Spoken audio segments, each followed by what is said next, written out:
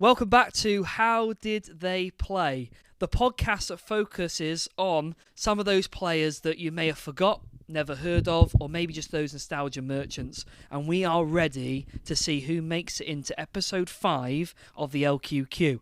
So, coming to you first, Ad, which was the team that you got on the wheel, please? So this week, the wheel very kindly spanned me Newcastle. Got some good players there. I mean, it's just it makes me laugh when I think about this player before I say his name. The player that I have drawn for Newcastle on this week's episode is one Demba Ba. Yes, Demba Ba. I was really hoping for Nobby Solano. Right, Demba Ba. I have gone for Demba Ba. Now, you think about Demba Ba, let's just get the elephant out of the room straight away. He is the reason why Liverpool, well, him and Steven Gerrard are two reasons why they did not win the Premier League that year. And for that, as a Man United fan, I am forever grateful. Just to remind people on the people who are listening, so we've got a United fan that's currently talking. We've got Connor, who's a Chelsea fan. We've got Jack, who's a Wolves fan, and me, who's obviously an Arsenal fan. And we've got literally no one to back up any Liverpool. So any Liverpool, Tottenham, City, we've got no one to back them up. So unfortunately, if you are a Liverpool fan, you have to grin and bear it. So Adam, he did score that goal to make sure they didn't win it, and that's brilliant. It is. I still think about that slip to this day. It brings joy to my heart. It does. It really does. Anyway, obviously, that was when Demba Ba was at Chelsea, when he got his big money move. However, I am speaking about his time at Newcastle United. Now, Demba Ba at Newcastle played 54 times and scored 29 goals. Now, I'm just going to let that simmer for a minute, and you go, hold on, that's nearly a goal a game. Do you know what I mean? And you go, hold on, so we're already talking about league of questionable quality, but if I sit here and ask you boys, obviously I said 29 goals, but I don't think that any of you three would have said that he scored 29 goals for Newcastle. No. I don't think any of you would have said that he played 54 times for Newcastle.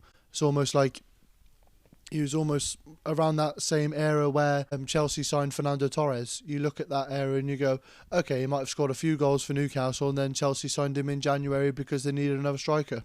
It's almost that sort of vibe, wasn't it? But nope, he scored 29 goals for Newcastle. In the 2011-2012 season, he played 34 times in total in the league and scored 16 goals. Now, you think around that time in the Premier League, you think about the strikers that were about then. You think Wayne Rooney's still playing football.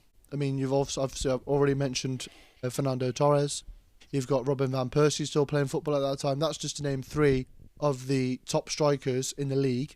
And you think Newcastle at that time, they weren't like up there. They were sort of mid-table. They were doing okay. They were doing okay in the league. I mean, they weren't necessarily fighting relegation at this point. They almost sort of like stabled themselves after obviously being relegated from the Premier League and coming back up. They almost got their groove back, so to speak, as being a mid-table Newcastle side. And what I love about the fact that Demba Ba played for Newcastle the most was just the amount of like French Barclaysman ballers that Newcastle had around this time. Absolutely. I mean, he's up there with obviously like you likes of Musa Sissoko, played in midfield. Obviously, you likes of Hatem Ben Arfa as well, played for Newcastle around this time. And you think they really had a strong squad. Now, obviously talking about the fact that he scored that many goals, Demba Ba in the first half of the season was actually named in the Premier League's 11, like best 11.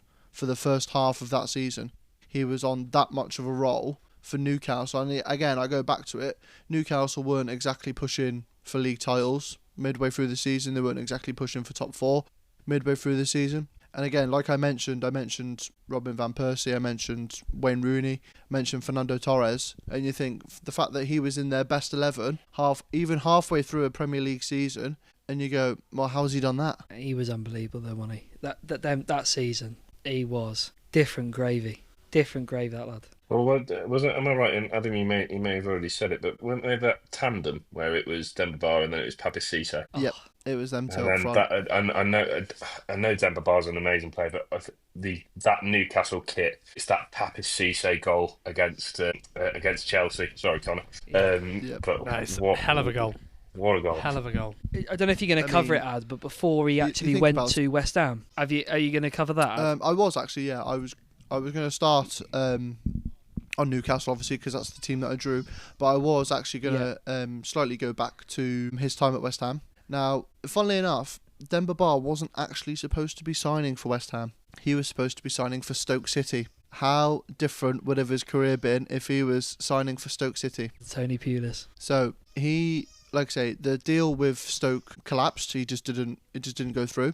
So he was actually then officially sold to West Ham due to the fact that he had knee problems in his Stoke medical, but didn't have knee problems in his West Ham medical, which I think was interesting. So He clearly didn't want to sign for Stoke, did he? Clearly didn't want He to clearly sign for wanted to Stoke, sign no. for West Ham. No.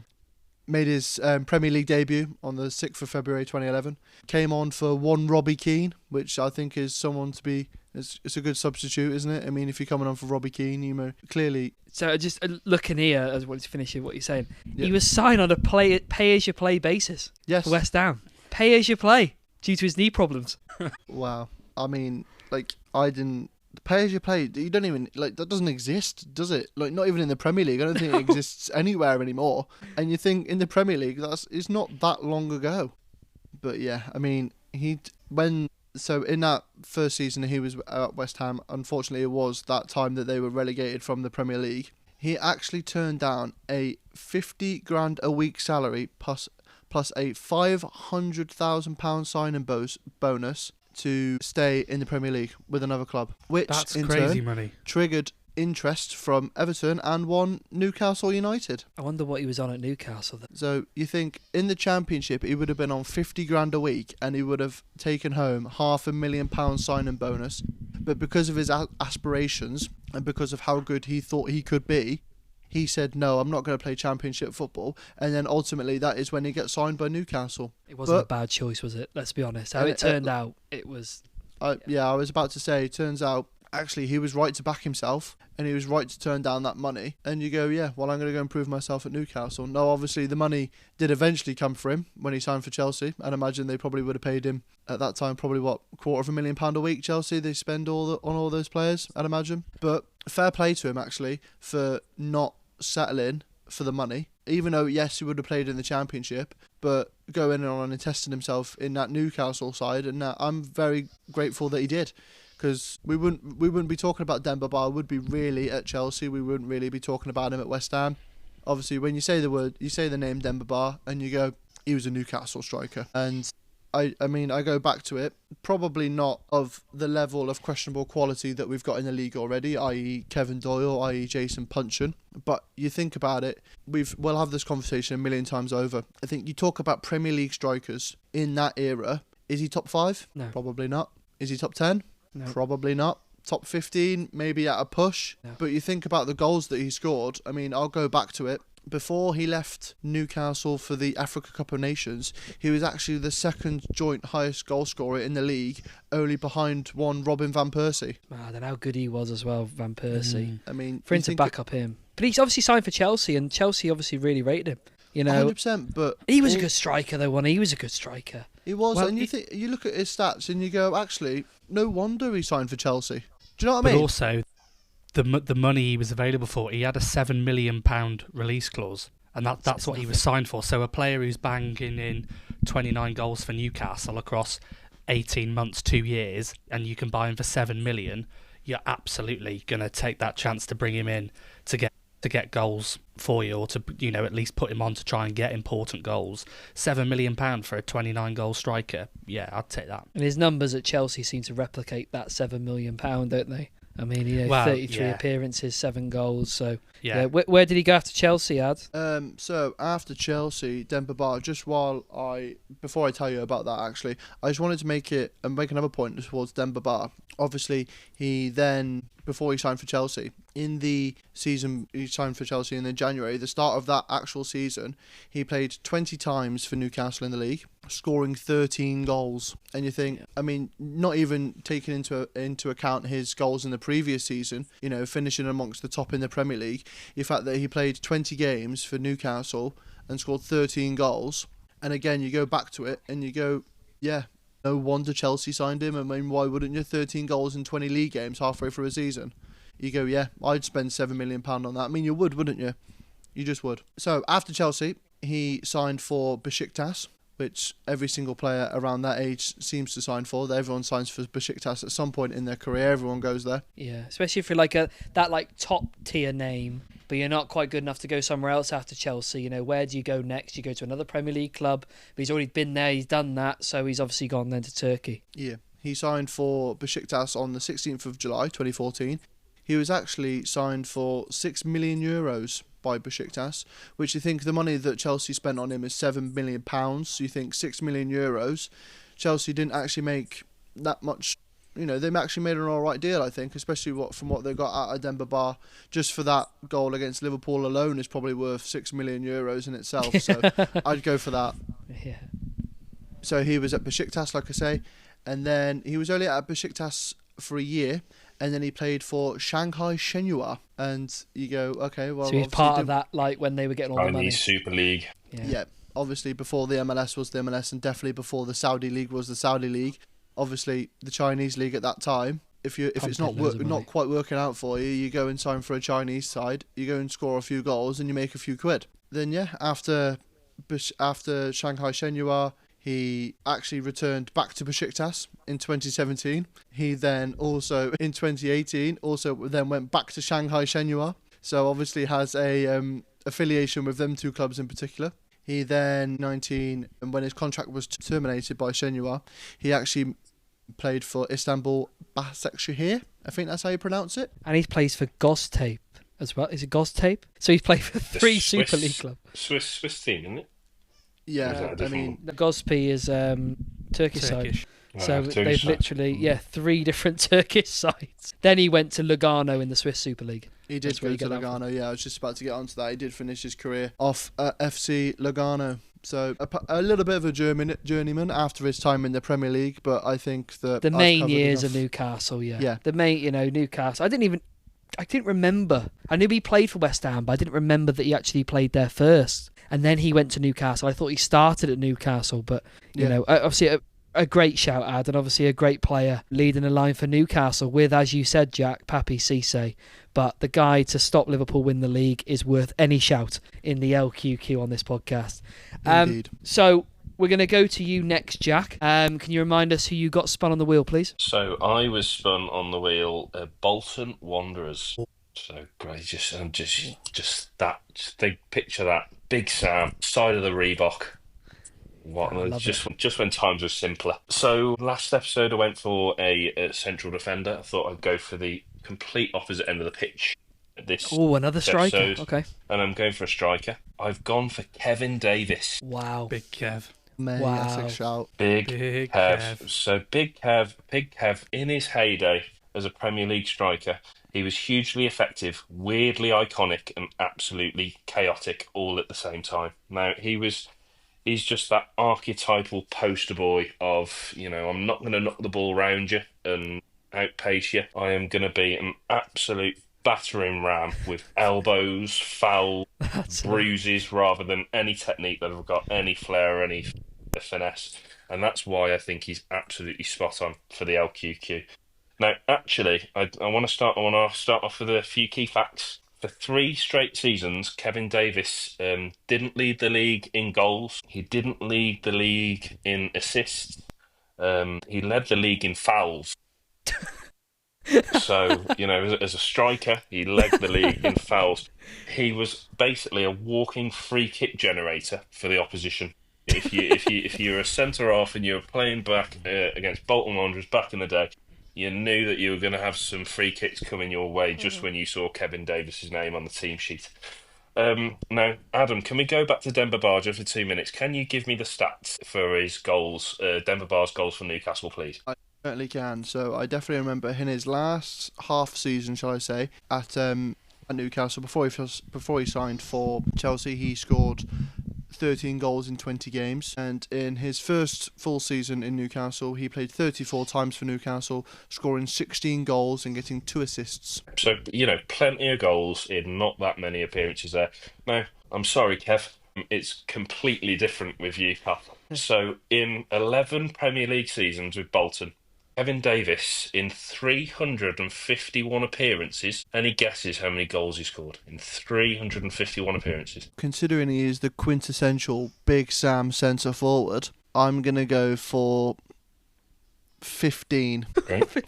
Connor? I think it's more than that, but I don't think he's got any good numbers. I'm going to say something like 83. Okay. Yeah, I was going to say the 80s, yeah. 80s. So 67 league goals in 351 appearances. Now, that's a goal every 5.2 games. And for a striker, that's not ideal. I don't want to talk about previous episodes in the podcast, but I'm pretty sure Grant Hanley may have decent numbers in comparison to Kevin Davies just there. And as Adam quite rightly said, Kevin Davies was the last of the big bash number 9s. He was just the embodiment of Sam Allardyce's Bolton. He was direct, he was physical, he was awkward to play against, and he was absolutely unapologetic about how he went about it, hence all the fouls that he gave away. And then somehow, and this is what I know him the most of, I'm not a big follower of Bolton Wanderers, but somehow he's an England international. What? In 2010, at the age of 33, Kevin Davies received his one and only England cap against Montenegro.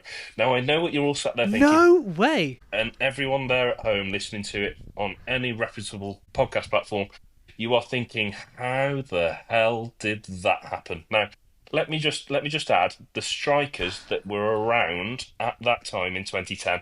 You've got Jermaine Defoe, you've got Peter Crouch, you've got Wayne Rooney, and then you've got Emil Heskey. Right, but Jack, you weren't obviously on the previous episodes that we've had. But we've got some other names that we spoke about in other episodes that have not even had one cap.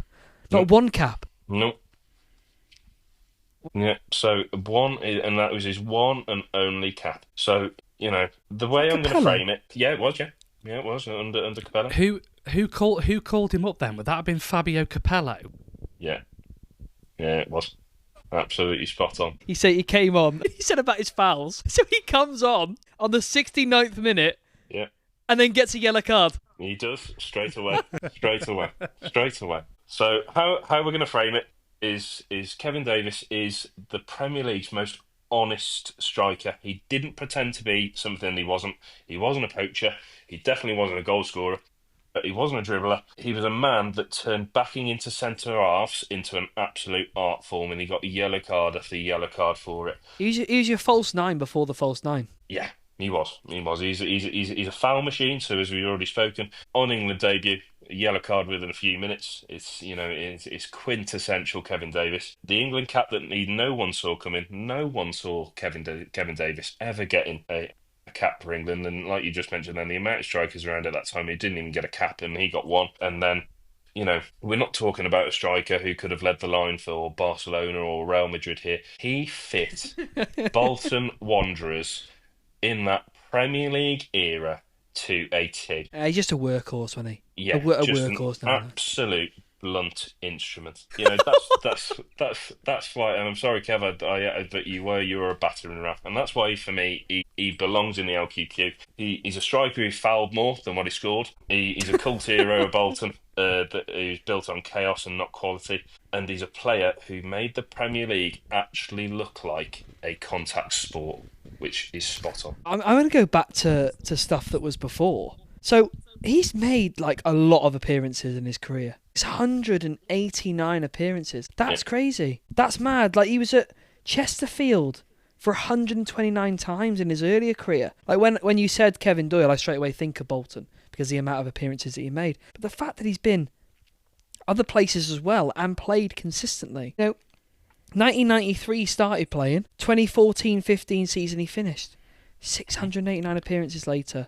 I mean... But if you look at his goal record in that time, only in 5 of those 21 seasons did he ever reach double figures. He was not, whilst he was the focal point up front, he wasn't your absolute bagsman. He was your link-up player, wasn't he? He was the one, you'd knock the ball up, he'd knock it down, and Bolton at that point, had some very flary players who would have been running onto it and getting on the end of it. He's the sort of player now that would absolutely thrive in League Two. He'd be absolutely brilliant. But if you stick him in the Premier League now, he'd never cope. You'd have Roy Keane slating him at half-time in every game because he's touched the ball 3 times. Yeah, that's it. Roy Keane would be turning right now be saying he's not doing his job. He's not scoring goals. He's not backing into defenders. He's just like you said, Connor. He'd be blessing me, but he'd be nowhere near. Just a really effective, especially at that time, that era. Yeah. Like, I don't think he'd have played for anybody else No. in the Prem, really. No. But the fact that he played every single, Big Sam obviously loved him, didn't he? But he played in the Premier League for Blackburn. He played in the Premier League for Southampton. Yeah. He played in the Premier League for the First Division, for Millwall at that time, the Championship. But he went for big money as well to Blackburn. Blackburn in the 90s, wasn't it? Paid $7.5 million for him. Wow, in the 90s. Yeah, when he signed for Blackburn, I think it was it in the mid 90s? Did he sign for them? 98. Yeah, 1998. Yeah, so $7.5 million he went there for. So they paid big money for him at the time. I didn't even know that he had Premier League. James Beattie went the other way. Just reading that up now. Wow, James Beattie went the other way in the day. I didn't he know. was a Like bagsman. when you think of him playing for Bolton, he's always played in the Premier League for Southampton, Blackburn. That is, I didn't know that. And what a player, Kevin Davies, potentially going into the LQQ. So Connor, we'll come to you next. Who did you get in the wheel? So I got Middlesbrough, and so there are quite a few players again that when I look through the Middlesbrough squads from the Premier League, quite a few players that I think could go for this. But my nominee today to go into the LQQ is a Copa America winner who once scored 7 goals in one game, but still ended up being absolutely useless in the Premier League. And that is Alfonso Alves. Alfonso Alves. Yeah, Alfonso Alves. I can picture him. Yeah, so this is the guy who started out in Brazil, Atletico Mineiro. He was a young striker coming through, but there wasn't a lot of hype about him in Brazil. They weren't really that excited for him. He ended up going to Europe. Now, he signed for Ogoriti. I don't know whether that's how you say it. That's how I'm guessing you say it. I think they're in Sweden. And he, in total for them, played 39 league games and scored 23 goals. So started to show that he's a finisher. He's a bagsman. He can score goals. So then he got a move to Malmo. In his spell at Malmo, he scored 29 goals in 55 games and he helped them to win the Swedish league. So now he's a title winner in Sweden. His goal numbers are ticking up, and so the bigger leagues are starting to sniff around. They're becoming aware of him. Yeah. Then he goes to Heerenveen. He's like a football manager player. This one, isn't it? You yeah, see it's his a sort numbers. of player. Yeah. You see this lad in Sweden scoring this many goals, you're like, right, let's pay the £2.4 million release fee, let's get him in. So then he goes to Heerenveen in the Netherlands. In his time there, he played 39 league games. He scored 40... In the Eredivisie? Yeah, he got 45 in 39 games for Heerenveen. Now, in the 2006-2007 season, he was the top goal scorer with 34 league goals. And for a team that finished, what, fifth? Fifth in the league? What? 34 league goals. He scored 7 goals versus Heracles in a 9-0 win.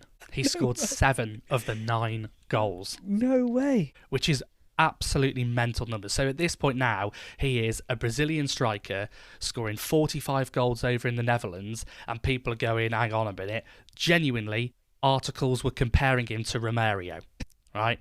They're going, this is the next big thing. He's got to get a big move. And big move he does get, because Middlesbrough break their transfer record to pay £12 million for him in January 2008. Sir Gareth Southgate, should I say, the Middlesbrough boss at the time, said his goal-scoring record in particular in Holland, but in Sweden too, has been prolific. This is why we've paid this money for him. So he signs for Middlesbrough. Yeah. In total at Middlesbrough, he made 42 Premier League appearances. He scored 10 goals. It's not a great return. No, he really compared did not. to what he'd had before. Yeah, the numbers he was producing before, the 23 in 39, 29 in 55, 45 in 39, to then go and get 10 in 42. Middlesbrough were a team that was struggling at this time. He signed in the January 2008, played those 6 months in the Premier League, then played the following season, and that was the season they got relegated. So Middlesbrough at this time were a club that were in a little bit of trouble. His biggest, or the high point really for Middlesbrough when he was there, was on the final day of the 2007-2008 season. Middlesbrough beat Man City 8 at the Riverside in what was Sven-Goran Eriksson's last game as City manager. That's crazy, isn't it? 8-1. He scored a hat-trick that day. Did he? Yeah, he scored a hat-trick, yeah. So that's where is that in the second season? No, in 2008. So he'd signed in the January 2008, and the last game then of that season they won 8-1. It just seems like he scores goals in batches, 3 or 4 in one game, 3 or 4 in another game. Yeah. So yeah, and then the year after, it really wasn't great for Middlesbrough, and they were relegated then to the Championship, and he was not going to stay in the Championship. So he was described by fans as the notorious £12 million flop who sank at the Riverside, and he has been included in lists of Middlesbrough's biggest transfer flops of all time. So because of what he fondly, promised before. That's the problem. Yeah, you see the goals that he scored before, you think he's definitely going to score goals here. Now, obviously, when you move to a different side, particularly, like I say, the side Middlesbrough were there, they were struggling. So he wasn't going to be banging in 30 goals in a season for a side that were fighting relegation. But I think they maybe expected a little bit more from him in terms of both his effort and his application on the pitch. He clearly realised that he was in a poor team, so didn't really go at it.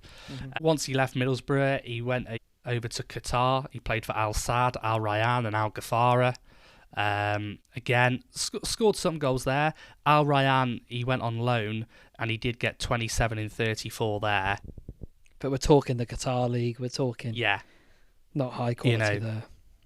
And so then after that, he was an effective scorer again in Qatar, but he never really did a lot. Now, with the goals he scored, he only got 8 caps for Brazil. Who's he competing with that time? Well, I mean, was Alexandre Pato just coming through at this point? Was he starting to play? He replaced Kaká on his debut. It's not bad going. But yeah, 8 caps, 1 goal for Brazil, but he was part of the squad that won the Copa America in 2007. So he's a Copa America winner that has gone on then to actually not do an awful lot for Borough. No. When he was there. He was a penalty box predator, dropped into a relegation scrap and told to be a saviour at Middlesbrough. It was never going to happen. And so essentially his Premier League highlight package just becomes that one match, that game against City where he got the hat-trick. That's it, yeah. And that's it, really. Like I say, 45 in 39 in the Eredivisie to then get 10 in 42 in the Premier League. I think Alfonso Alves is a poster boy for league merchant versus reality. The big hype at the time, big money for that club, their transfer record at that time, and then it didn't happen for him, and he just didn't get the goals that he did. And the thing was as well is Middlesbrough had to go through a real big legal process to actually get hold of him, because his move to Borough was delayed. There was a big dispute between Heerenveen and AZ Alkmaar over who owned his image rights and all of that at the time. So it meant his move AZ went Alkmaar? through. Yeah, Where did they come into it? They had some disagreement over who had the rights for him, and so it delayed the move.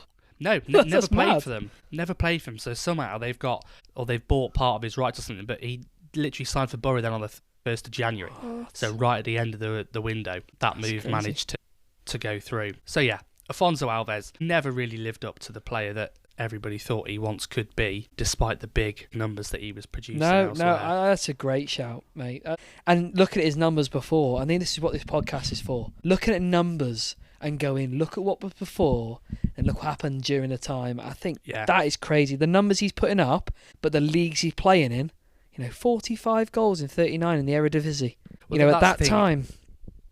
He's got to have been a good player, but to get those goals, you have to be a good player. You can't tell me that all of those goals he was scoring were tap-ins from 3 yards out from the work that other players were doing. So I think it was probably for him the case that he was in the wrong league at the wrong club at the wrong time.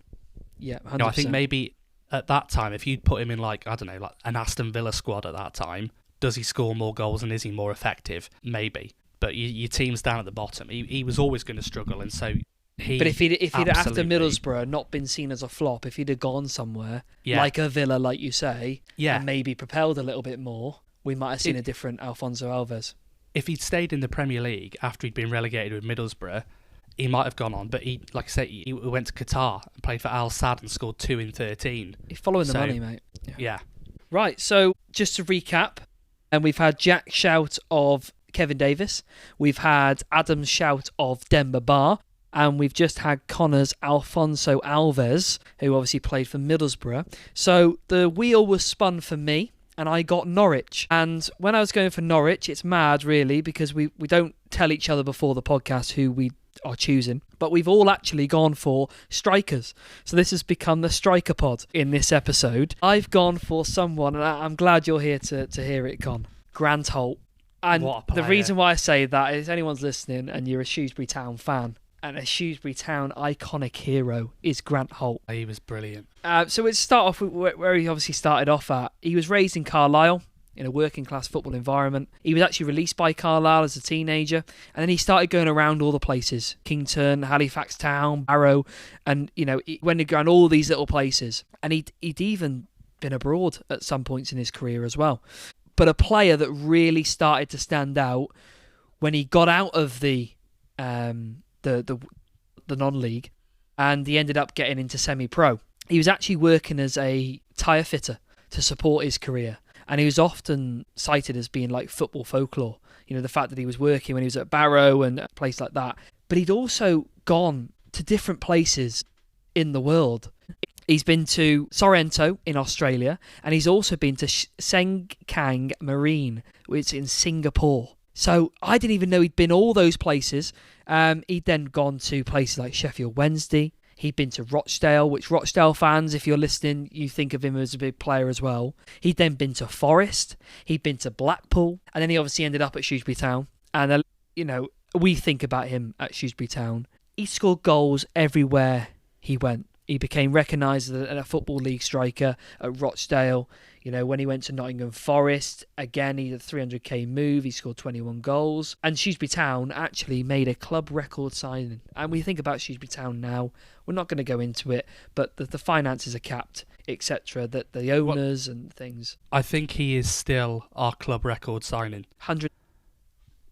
Yeah, I don't think we've paid more for a player since then either. But you think they're buying him in 2008 for that much money? League Two club? So you think, and he scored 20 league goals, which I don't think is a great return. It's not a great return, but he was on the rise. So then he gets his big money move, and he goes to Norwich City the season after. In the times he was at Shrewsbury, the one moment that stands out when he scored in the massive game against Wickham, and he scored 5 goals in that game. Yeah, Football League trophy second round, 7-0 win, and he bags 5. Unbelievable. Some of the goals he scored in that game were ridiculous. So he actually went for £400,000 to £800,000. We don't actually know the exact figure when he went to Norwich. But he ended up getting back-to-back promotions from League One into the Championship, into the Premier League, and he was their captain. The guy up front for them is the typical bullish striker. He's someone who says really humbly, like he never dreamt of playing in the Premier League. And he was 29. Because I've explained all the clubs he's got to before the Premier League, and the fact that he gets to the Premier League at the age of 29 and he's scoring goals, and he was bullying Premier League defenders. In the one season, he got 15 league goals in 2011-12. He was actually the second highest scorer behind Wayne Rooney in that year, which I just think is crazy for the player that he was. Absolutely mad. After he left Norwich, he went on to go play for Wigan. He had loan spells at Villa, Huddersfield, Wolves, and then he returned to Rochdale later, and then Hibernian, before he later on went through the non-leagues again. Kings Lynn, Barrow, Wroxham, and Darren Town, which apparently he's still on the books for, but I don't think he plays. And actually turned into, which is crazy, he actually turned into a wrestler, and he tried himself out as a wrestler afterwards. Which I just think is crazy. But he is the classic old school centre forward. Physicality, aerial dominance, aggression, the penalty box instincts, mate. He was just unbelievable. He really did lack in pace. When I'm looking back at some of his goals that he scored in the Premier League, he looks like Grant Hanley at centre half. He looks overweight. He doesn't look physically fit enough to be a Premier League striker. He was a big lad, yeah. But he was loved for his effort, his leadership. He was like that one of us. From the people that have made it from non-league all the way through to the Premier League. But some of his highlights, mate, in the Premier League, he scored at Anfield, a big bullish header. He scored at the Emirates. He scored at Stamford Bridge. We're talking about a non-league striker, a journeyman who's trying to find anything he can to make it as a pro. He didn't get selected though, but he was nearly selected for the Euro 2012 squad. He was in the options to be selected, which imagine if someone like that would have, been selected for England. It comes back to the conversations we had about Darren Bent in a previous episode, where you think about the club that they're at prevents them from playing for England. When Darren Bent was scoring the goals he was scoring at Charlton, he absolutely should have been, in that England squad 2006 World Cup.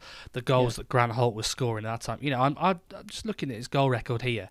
He goes from scoring 28 in 51 in all competitions for Shrewsbury Town in League 2 to then playing League 1 football the next year where he gets 30 in 44. Then he goes into the Championship with Norwich and gets 23 in 48. And then he goes into the Premier League and gets 17 in 38 in his first season. Those numbers are phenomenal for a player like Grant Holt playing for Norwich. And I mean, that was the time, I think that's the only time they've stayed in the Premier League since 12th, the early days where they've been in there consecutively and not gone straight back down. You know, so to have got 17 in 38 in that first Premier League season is decent numbers, really. You know, decent numbers. I look at the goal and I think what the perfect goal that sums up some of the goals he scored.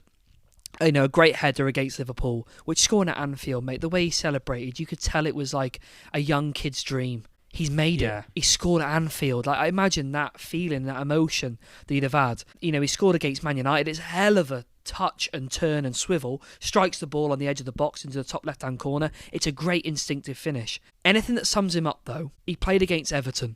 He is literally backing into the defender, holding up the ball, holds him off, then he turns, a little drag back, and then a strike hard and low against Tim Howard. You know, it's a great, authentic number 9 finish. And that's how I think about Grant Holt. Big lad, strong, physically aggressive, works so hard, you know, captain. He's played in all 9 tiers of English football. He has come from the bottom of the depths. He's then gone to try and go to Australia, to Singapore, and then he's become a cult hero at Norwich. And, you know, we think about him at Shrewsbury Town. He had 1 season at Shrewsbury. Yeah, but at that time, you know, an iconic player. I just think, you know, for going into the LQQ, for me, he is the ultimate. How did he do it? How? You know, from where he started at, he's a tyre fitter from Carlisle, scoring at Anfield, scoring at Stamford Bridge. I think it's just an amazing story. And I think he is someone that we've had some other shouts of Kevin Davies. We've had some other shouts of Alfonso Alves. We've had Demba Ba. But for me, there's only one person who goes into LQQ, and that's Grant Holt. I would be inclined to agree, I think. Because I think you look at the other players, you look at Demba Ba, actually had a decent goal-scoring record. He was a good player, mate. Scored goals and was a good player. I really like Demba Ba. Kevin Davies, I think Kevin Davies is maybe more, how did he play Premier League for so long? Yes, yeah. You know, but clearly that was because he was reliable. And he was similar when we spoke about Grant Hanley in a previous episode. You know, reliable, a professional, a leader. You know, that was clearly his role within that Bolton team. It wasn't, Kevin, you know, go and score his 20 goals a season. It was be this player for us, be this leader. Alfonso Alves, well, he got into the Premier League because his numbers elsewhere were brilliant. His numbers in the Premier League were rubbish. But he was, you know, his numbers were outstanding elsewhere. Unbelievable. Grant Holt had outstanding numbers elsewhere, but I think it's exactly like you say. It's the journey he went on. You know, he only went to Singapore because he was told he'd be signed by Carlisle on his return. Carlisle would sign him, his hometown club, where he's born and raised. He's told, you go over there for a year, get some football, we'll sign you. Carlisle then went into administration and so couldn't sign him. So he lost that opportunity then to play for that boyhood his career club. would have panned out, you know? Yeah, but then he's moved his way back up. You know, his numbers at Barrow were great. Sheffield Wednesday, not so much. Then he went to Rochdale. He proved himself again. Went to Forest, started to do well there. And then I think had a Barney with Colin Calderwood, who was the manager at the time. He wanted a new contract, but Calderwood didn't want to give him one. So, but I mean, he did play him out of position. He played him as a winger. He's not a winger. No, he's not a winger. Unless you're playing with a wide target man, he is not a winger. But then went to Shrewsbury, proved himself there, went to Norwich, absolutely proved himself there consistently. I think, was it 25 goals, I think, in total he scored in the Premier League for Norwich, which for Norwich, I don't know where that ranks in their all-time Premier League goal scorers, but I would probably assume that's quite high. I'd imagine that's quite high. So I think you're spot on. I think Grant Holt is the one. I think so too. I think that's it. Grant Holt, you have been entered into the LQQ as entrant number 5, and that completes the episode 5 for How Did They Play? Join us in the next one to find out what other outrageous shouts could potentially be making it into the LQQ. Thank you for listening.